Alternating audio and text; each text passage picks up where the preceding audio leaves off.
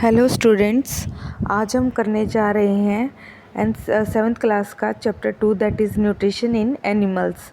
तो स्टूडेंट्स, हमने अपने पिछले लेक्चर में न्यूट्रिएंट्स के बारे में पढ़ा था कि फूड क्या है।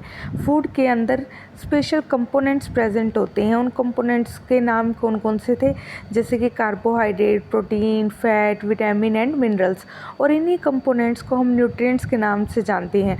और ये न्यूट्रिएंट लेने की प्रक्रिया क्या कहलाती है? न्यूट्रिशन। तो स्टूडेंट्स, हमने पढ़ा था कि animal nutrition include nutrient requirement, mode of intake of food and its utilization in the body.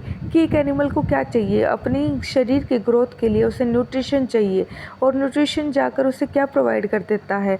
तो न्यूट्रिशन उस एनिमल को एनर्जी प्रोवाइड करता है, जो कि वह किसके लिए यूज़ करता है? जो वह अपने शरीर के विभिन्न फंक्शंस को परफॉर्म करने के लिए यूज़ करता है। तो स्टूडेंट्स, हमने अपने पिछले लेक्चर में डिस्कस किया था कि जो कंपोनेंट्स होते हैं वो क्या हैं। कुछ कंपोनेंट्स कॉम्प्लेक्स फॉर्म में होते हैं और हमें उन्हें किस में बदलना पड़ता है? सिंपलर फॉर्म्स में। क्योंकि कॉम्प्लेक्स क्या, जटिल, जितने कॉम्प्लेक्स फॉर्म होगी उतना हमारा शरीर उसको कंज्यूम करने में टाइम लगाएगा। तो पहले ही हमारे शरीर में एक ऐसी प्रोसेस है जिसके द्वारा कॉम्प्लेक्स सब्सटेंस तोड़ दिए जाते हैं सिंपलर सब्सटेंसेस में, और उस प्रोसेस को जानते हैं हम डाइजेशन के नाम से। ठीक है, तो डाइजेशन की डेफिनेशन क्या थी? The breakdown of complex components of food into simpler substances is called digestion. तो स्टूडेंट्स, आज हम पढ़ेंगे different ways of taking food. The mode of taking food into the body varies in different organism. अगर आपने अपने आसपास देखा होगा कि आपके आसपास सराउंडिंग में आपको डिफरेंट तरह के एनिमल्स दिखाई देते हैं, और उनका मोड ऑफ टेकिंग फूड भी अलग अलग होता है।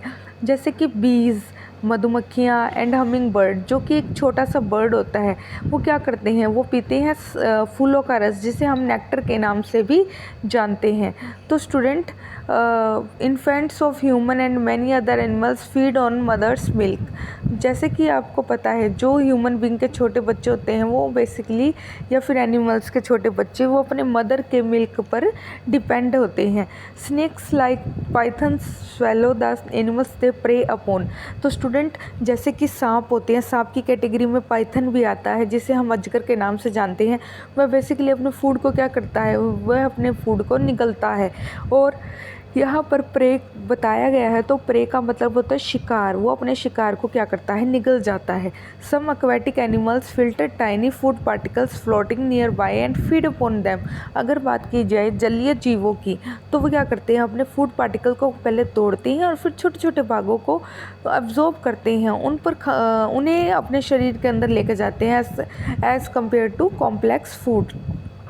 तो student, come to the activity 2.1, what is the type of food and mode of feeding of the following animals. तो हमें एनसीईआरटी ने यहाँ पर टेबल दिया हुआ है, हमने यहाँ पर फिल करना है कि जो गिवन एनिमल्स हैं वो उनका खाना क्या है और वो उनके खाने की विधि को क्या कहते हैं।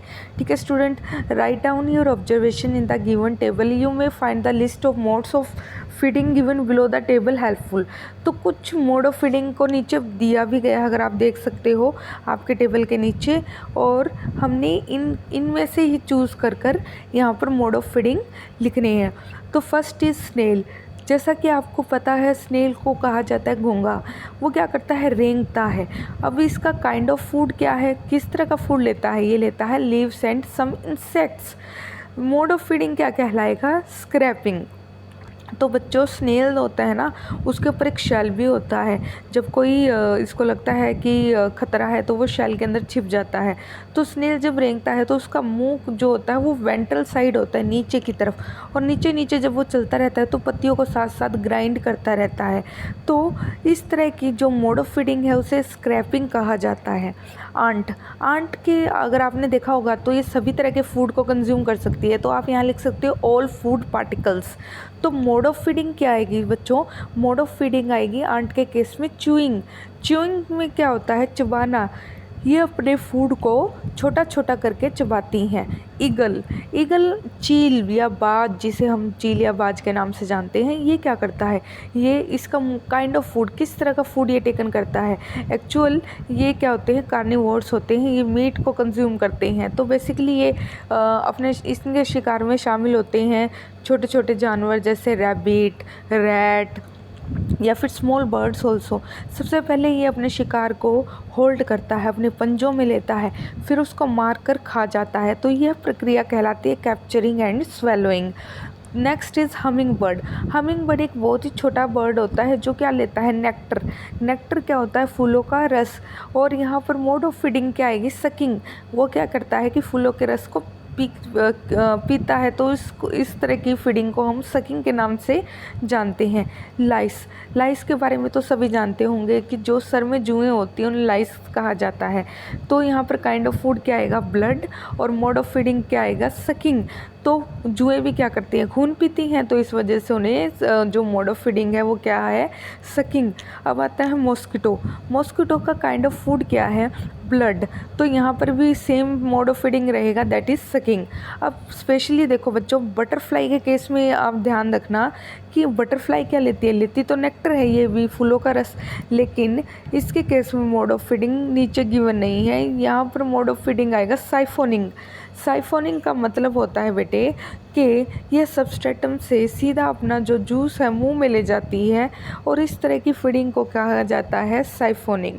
हाउस फ्लाइंग में अगर आ जाए काइंड ऑफ फूड, तो हाउस फ्लाई भी सब तरह के फूड पार्टिकल्स को कंज्यूम करती है। तो यहाँ पर लिखोगे ऑल फूड पार्टिकल्स। तो हाउस फ्लाई के केस में मोड ऑफ फीडिंग क्या होगा, हाउस फ्लाई के केस में होगा स्पॉन्जिंग मतलब यह सबसे पहले खाने पर अपना सलाइवा छोड़ती है। सलाइवा मतलब लार, और जब लार क्या करती है, उस फूड को तोड़ने में मदद करती है, उसके बाद जाकर कहीं ये फूड को एब्जॉर्ब करती है। तो इस तरह का कंजम्पशन कहलाता है स्पॉन्जिंग। तो बच्चों आप ये ज़रूर लिख लेना, बटरफ्लाई के केस में क्या होता है, मैं यहाँ लिख देती हूँ, आप यहाँ से स्पेलिंग लिख लेना। बटरफ्लाई के केस में होता है साइफोनिंग, SPHONING। जी बेटे यहाँ जी लिख लो, ठीक है, जी, साइफोनिंग कहाँ पर, बटरफ्लाई में, ठीक है। अब आई होप आप सभी ने लिख लिया होगा स्पेलिंग अच्छे से। बटरफ्लाई के केस में क्या होती है, siphoning. Now I am deleting this. अब हाउस फ्लाई की बात है तो यहाँ पर लिख लो, हाउस फ्लाई के केस में क्या होती है, स्पॉन्जिंग। सबसे पहले ये अपने फूड पर क्या करती है, लार छोड़ती है, ठीक है। तो आप स्पॉन्जिंग लिख लो इस कॉलम में, तो आपका ये कॉलम कंप्लीट हो गया है। आई होप आपको ये समझ में आ गया होगा। नेक्स्ट चलते हैं अपने नेक्स्ट टॉपिक की तरफ।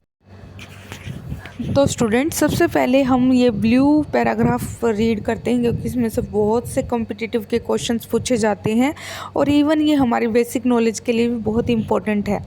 तो यहाँ एक अमेजिंग फैक्ट बताया गया है अबाउट स्टारफिश। स्टारफिश सभी ने देखी होगी, डिस्कवरी चैनल पे तो ज़रूर ही दिखाते हैं। अगर किड्स डिस्कवरी चैनल देखते होंगे तो वहाँ पर जो inside the oceans various organisms आप देख सकते हैं। तो यहाँ पर क्या होता है, starfish feeds on animals covered by hard shell of calcium carbonate. Basically starfish किसको खाती है, उन जीवों को खाती है जिनका शेल किसका बना है, कैल्शियम कार्बोनेट का। After opening the shell the starfish pops out its stomach through its mouth to eat the soft animal inside the shell. तो स्टूडेंट्स क्या होता है, फॉर एग्जांपल यहाँ पे ये सेल है, ठीक है, आपने सीपियाँ देखी है ना, ऐसे वाली सीपियाँ, तो उन सीपियों में भी छोटे छोटे जीव होते हैं। तो क्या होता है, जब ये सीपियाँ खुलती हैं तो ऑटोमेटिकली जो स्टारफिश होती है उसका माउथ यहाँ पर होता है नीचे की तरफ, तो यहाँ से वो अपना स्टमक बाहर निकाल लेती हैं और यहाँ से उस सॉफ्ट एनिमल को क्या कर लेती हैं, अपने अंदर ले जाती हैं। तो ये एक ख़ास तरह का मोड ऑफ फीडिंग होता है बच्चों, जिसमें क्या है, कोई जीव अपना पेट ही बाहर निकाल देता है किसी और जीव को खाने के लिए। तो इम्पोर्टेंट चीज़ है। After opening the shell, the starfish pops out its stomach through its mouth to eat the soft animal inside the shell. The stomach then goes back into the body and the food is slowly digested. तो इस तरह से stomach खाना जैसे ही अपने शिकार पर यह स्टमक थ्रो आउट करती है तो उसे वापस अपने शरीर के अंदर ले जाती है और फूड को क्या करना शुरू कर देती है, डाइजेस्ट करना शुरू कर देती है। यहाँ पर फिगर 2.1 में आप स्टारफिश को देख भी सकते हैं। तो बच्चों यहाँ से हमें एक बात क्लियर हो गई है कि स्टारफिश क्या करती है, यह शेल वाले एनिमल्स को खाती है। और शेल किसका बना होता है, कैल्शियम कार्बोनेट का। जैसे ही उस एनिमल का शेल खुलता है तो ये अपना जो स्टमक है वो बाहर की तरफ निकाल देती है और उस स्टमक में क्या, जैसे ही एनिमल स्टमक के अंदर कैप्चर होता है अपना स्टमक को अंदर ले जाती है और फूड को क्या करती है, डाइजेस्ट करती है। इम्पोर्टेंट चीज़ है, राइट डाउन कर लेना अपनी नोटबुक में। अपनी नोटबुक के अंदर आप इस पर क्वेश्चन भी बना सकते हैं, how the starfish takes its food. ठीक है स्टूडेंट्स, तो इस तरह से ये आपका एक एक्स्ट्रा क्वेश्चन भी तैयार हो जाएगा। Next, digestion in humans. तो बच्चों, we take in food through the mouth, digest and utilize it. हम बेसिकली कहाँ से अपना खाना लेते हैं, हम मुंह से अपना खाना लेते हैं। The unused part of the food are defecated. जो खाना हमारे शरीर को नहीं चाहिए, जो खाने का वेस्ट पार्ट हमारे शरीर को नहीं चाहिए, उसे हम क्या कर देते हैं, बाहर निकाल देते हैं। Have you ever wondered what happen to the food inside the body. क्या आपने कभी सोचा जो आप रोटी खाते हो उसके बाद उसका क्या होता है। The food passes through a continuous canal. Actual में फूड जब आप मुंह से लेते हो तो एक लंबी सी नली होती है जिसके द्वारा फूड नीचे की तरफ जाता है, which begins at the buccal cavity and at the anus, जो कि क्या कहलाती है, मुंह की जो कैविटी होती है जिसमें हम खाना लेते हैं उसे माउथ कैविटी के साथ साथ बक्कल कैविटी भी कहा जाता है। इम्पोर्टेंट है, माउथ कैविटी को और क्या कहा जाता है, बक्कल कैविटी। तो बच्चों, उसके अलावा the canal can be divided into various compartment. और जो ये लंबी सी नली होती है इसके भी बहुत सारे भाग होते हैं। जैसे पहला तो बक्कल कैविटी ही हो गया जिसे हम माउथ कैविटी के नाम से भी जानते हैं। सेकेंड है फूड पाइप जिसे हम ईसोफेगस के नाम से जानते हैं। थर्ड है स्टमक। फोर है स्मॉल इंटेस्टाइन। फाइव है large intestine ending in the rectum and the anus. फिर इसके बाद रेक्टम आता है और सबसे लास्ट में आता है बेटे anus. It is not a very long part, this parts together form the alimentary canal.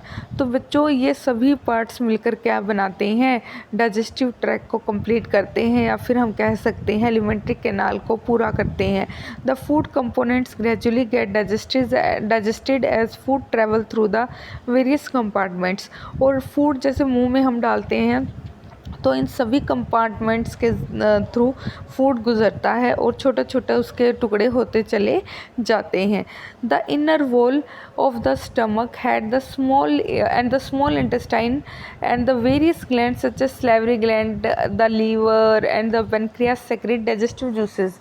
तो क्या होता है, चाहे बात स्मॉल इंटेस्टाइन की हो या फिर स्टमक की, और उसके अलावा बहुत सारी ग्लैंड्स, ग्रंथि क्या होती है, एक पाउच लाइक स्ट्रक्चर होती है जो शरीर में होती है और वो एक लिक्विड द्रव रिलीज़ करती रहती है और वो द्रव क्या करता है, हमारे फूड को तोड़ने में मदद करता है। ठीक है, और उस द्रव को हम डाइजेस्टिव जूस के नाम से भी जानते हैं, जो फूड को क्या करता है, तोड़ता है। डाइजेस्टिव मतलब डाइजेशन के दौरान जो जूस बन रहा है वो क्या कर रहा है, कॉम्प्लेक्स सब्सटेंस को सिंपलर में तोड़ रहा है। तो आई होप आपको डाइजेस्टिव जूस वाली टर्म समझ में आ गई होगी।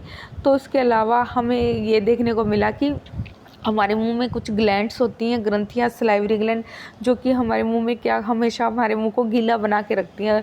जो लार होती है तो सलाइवरी ग्लैंड्स के ज़रिए मुंह में प्रोड्यूस होती है। द लीवर भी एक हमारी क्या है, ग्लैंड है। आगे हम इसके बारे में डिटेल में पढ़ेंगे। And the pancreas secrete digestive juices. The digestive juice convert complex substance of food into simpler once.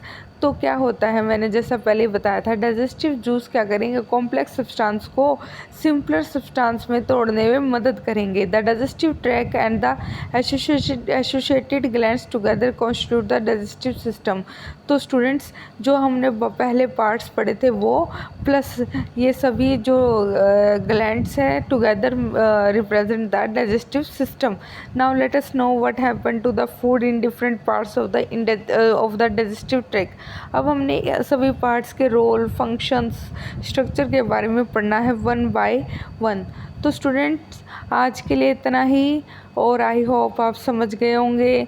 जो छोटे क्वेश्चन है शॉर्ट आंसर वो आप बना सकते हैं, बाकी आपको नोट्स तो मिल ही जाएंगे। धन्यवाद।